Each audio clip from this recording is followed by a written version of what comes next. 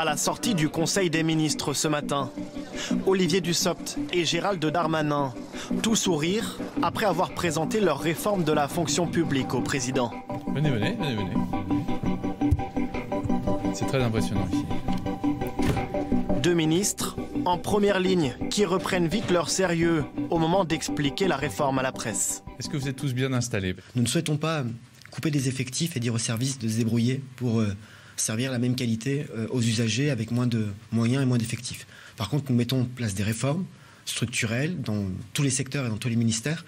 Et la conséquence de ces réformes, c'est des gains de productivité, des gains d'efficacité et donc la capacité de ne pas renouveler tous les départs, de ne pas remplacer les départs à la retraite.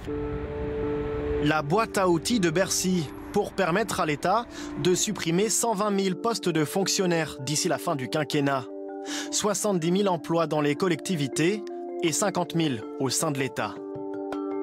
Et voici la solution du gouvernement, la généralisation des emplois contractuels. Qui n'est pas la fin du statut, mais qui peut être une souplesse, une alternative au statut de la fonction publique, notamment dans les emplois de direction.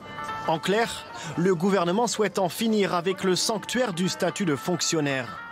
D'abord, ouvrir les portes de la grande maison de la fonction publique à de plus en plus de contractuels, même à des postes de responsabilité. Ensuite, faciliter la sortie des fonctionnaires, soit au sein de la fonction publique, soit vers le privé, ou tout simplement vers Pôle emploi. Dans le plan de départ volontaire, tous les mots sont importants, notamment le mot volontaire, et il s'agit que de la conséquence des transformations qu'il y aurait eu dans un ministère et non pas un plan de départ en général. Autre axe de réforme, les instances représentatives des fonctionnaires.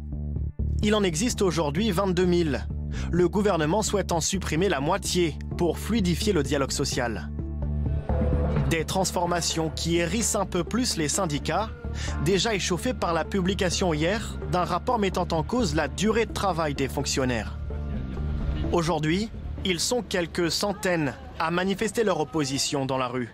Aujourd'hui, nous contestons le contenu de ce projet de loi qui n'a pas été du tout négocié avec les organisations syndicales et qui affaiblit la fonction publique plutôt que la modernise. C'est bien aussi réduire le service public pour les citoyens, tout le contraire de ce que demande la population aujourd'hui, samedi après samedi. Enfin, le gouvernement souhaite rémunérer les contractuels au mérite.